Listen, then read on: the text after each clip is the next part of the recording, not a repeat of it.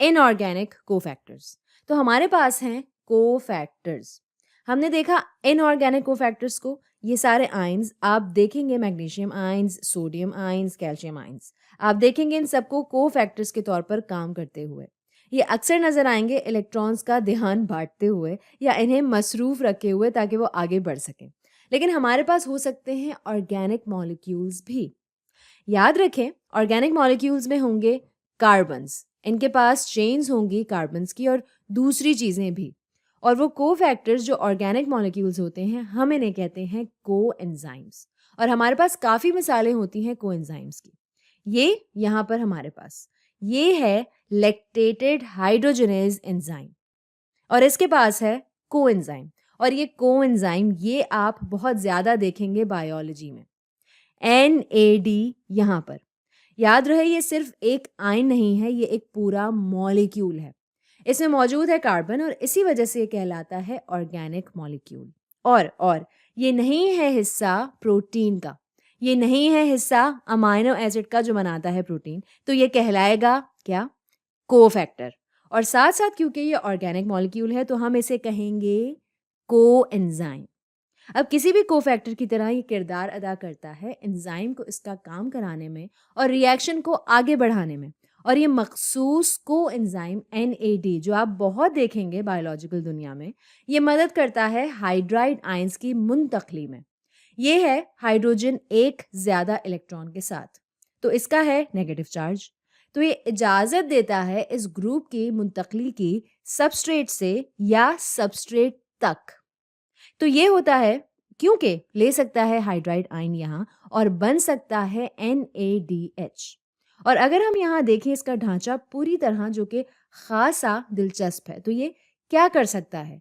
ये बाकायदा तौर पर उठा सकता है यहाँ से हाइड्राइड एनाइन इस कार्बन पर और यहाँ बन सकता है एक और बॉन्ड हाइड्रोजन के साथ, और ये हम अपनी अगली वीडियोज़ में करेंगे। तो ये है काफ़ी दिलचस्प मॉलिक्यूल और मुझे इसको देखकर काफ़ी अच्छा भी लगता है। और याद रहता है कि इसमें जिस बात पर गौर करना है वो है कोएंजाइम्स।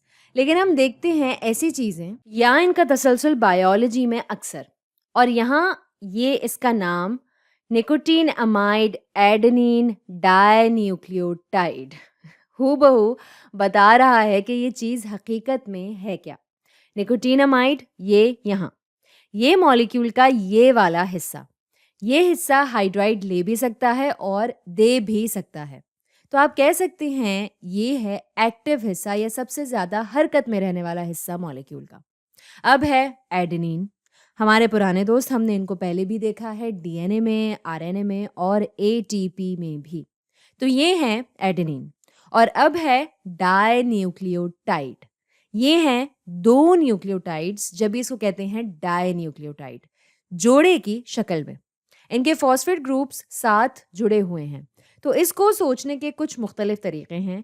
यहाँ है ये एडेनिन, ये है राइबोज, यहाँ है हमारे पास फॉस्फेट ग्रुप। अब अगर आप इस हिस्से की तरफ देखें, ये पूरा एक हिस्सा जो है ये है आपका बिल्डिंग ब्लॉक, या ये हो सकता है आपका बिल्डिंग ब्लॉक अगर आपके पास एडेनिन है यहाँ। और अगर आप शामिल करें ये सब भी, तो ये है ADP।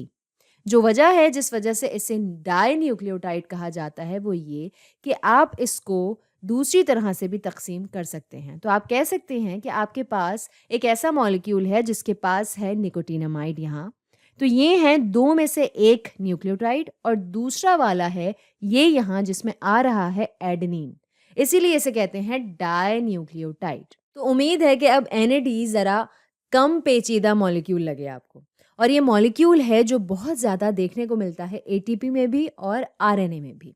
लेकिन ये वाहिद कोफैक्टर या कोएंजाइम नहीं है, और भी बहुत सारे होते हैं। जब लोग कहते हैं कि खाएं अपने विटामिन्स और मिनरल्स, वो इसीलिए क्योंकि ये हैं कोफैक्टर्स।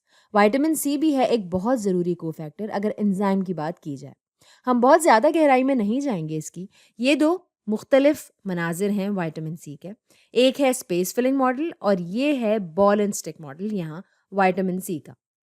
अब ये देखें, ये है फॉलिक एसिड, यहाँ दो मुख्तलिफ शक्लें हैं इसकी। ये सब हैं कोएंजाइम्स, ये सब काम करते हैं। अगर यहाँ आपके पास एक प्रोटीन हो, ये बहुत ही